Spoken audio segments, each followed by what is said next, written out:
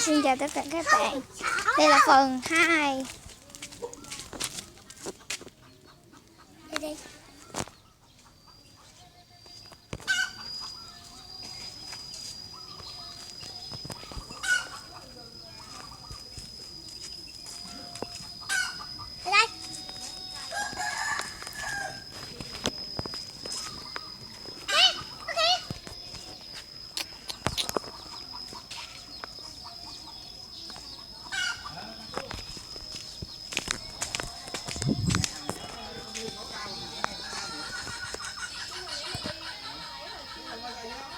Cô gái ngày hôm qua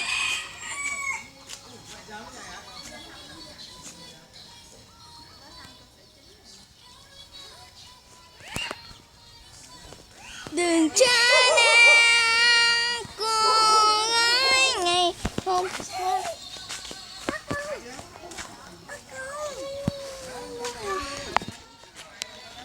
Chó sủa, chó sủa đó. Em có mang cho cái cây mà. Trời ơi, hay quá. Đi đây. Không. Em kèm hai cái cây.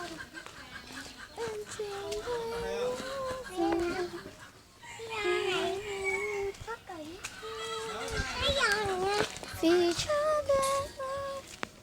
phần 2. Cái cây nè. Cây nè.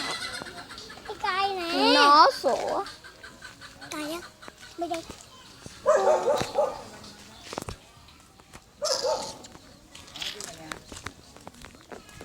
Bì cậu muốn vô trong đó lắm nhưng mà không được vô. Hảo. Hảo. Hảo. Gì vậy? Nhìn đi rồi biết.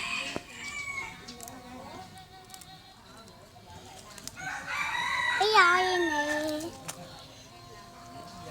Này quýnh đau lắm á. Này muốn đâu lắm á. Hãy hát đi.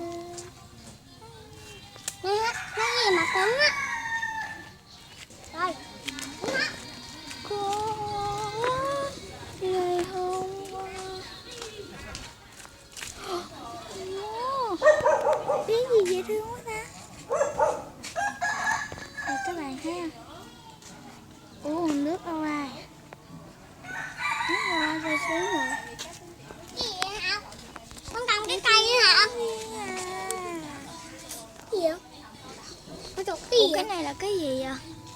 Các bạn. Cái anh cười cầm môi. Cái lạnh lên luôn. Cái đâu không học đâu? Bước rồi. Đâu rồi? Đâu á? Kệ tôi. À, bỏ hả? Cái nào giận nữa rồi hả?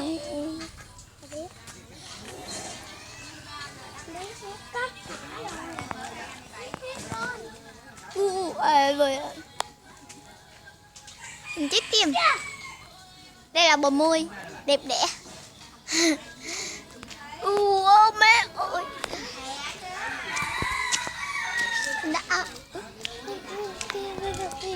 tìm hoài. Anh chỉ cùng bước một bước em sẽ